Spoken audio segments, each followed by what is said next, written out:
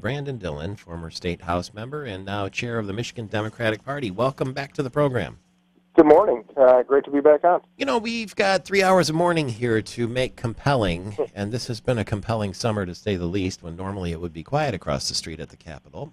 But this idea of this report on the Cindy Gamrat, Todd Courser situation, first we thought it was going to come out last week, and it sort of came out. Then we thought it was going to come out yesterday, and it sort of came out. All the details were not released. And in this day and age of transparency, why not? Well, that's a great question. Excuse me. Sorry about that.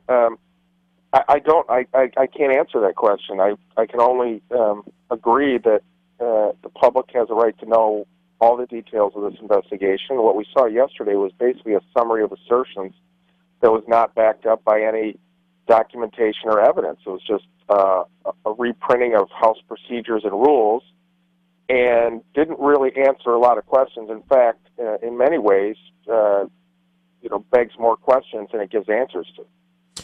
What details did you want to read, and why? Well, I think, first of all, we need to know what questions were asked of people to come up with this report. The concern I've had is the staffers for Representative Courser and Gamrat were in communication with the Speaker's office. That much was affirmed by the report yesterday. However, we don't know what was said. We don't know why they didn't ask questions when these staffers were fired.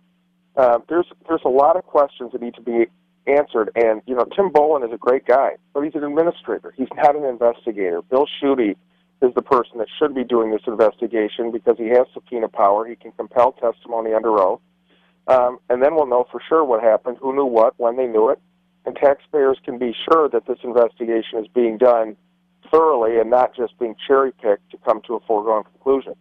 Those are the staffers at the House at-will employees, though, right? I mean, so you don't really need a reason even to fire them, do you?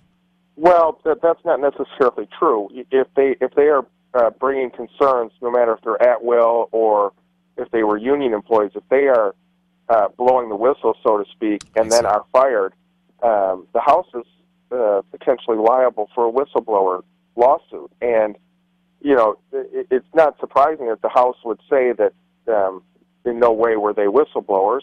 There's a financial interest in not having the House get sued. But, I think this is the reason we've called on Attorney General Schuette to come in and investigate this. There are potentially serious issues here that have been brought up by this report. But the public has a right to know the full scope of what went on, and we certainly don't know that at this point. Would you go so far as to say that Speaker Cotter is hiding something? I have not said that. I've said his behavior in being so secretive begs the question, what did he know, when did he know it, and why is he being so secretive? I don't know exactly what happened. That's one of the problems with the way this report has been handled. But I do know this. The staffers for Representative Courser and Gamrat had numerous conversations with Norm Sari, Kevin Cotter's chief of staff. It seems odd that none of these issues were ever brought up during those conversations. And then shortly after these staffers received a raise, they were fired. And there's a lot of questions that need to be answered. It would behoove the Speaker to release the entire report and release any emails that we've called for of communications between the Speaker's office and these staffers prior to their termination. The Speaker is saying flat out that these two ought to resign. If they were to resign, would that be good enough, or do you still want to know what went on? No, I think that, there's everybody is entitled to due process. There's no doubt that these representatives have behaved in a way that is hypocritical, in many ways distasteful. But, I think this investigation is going forward.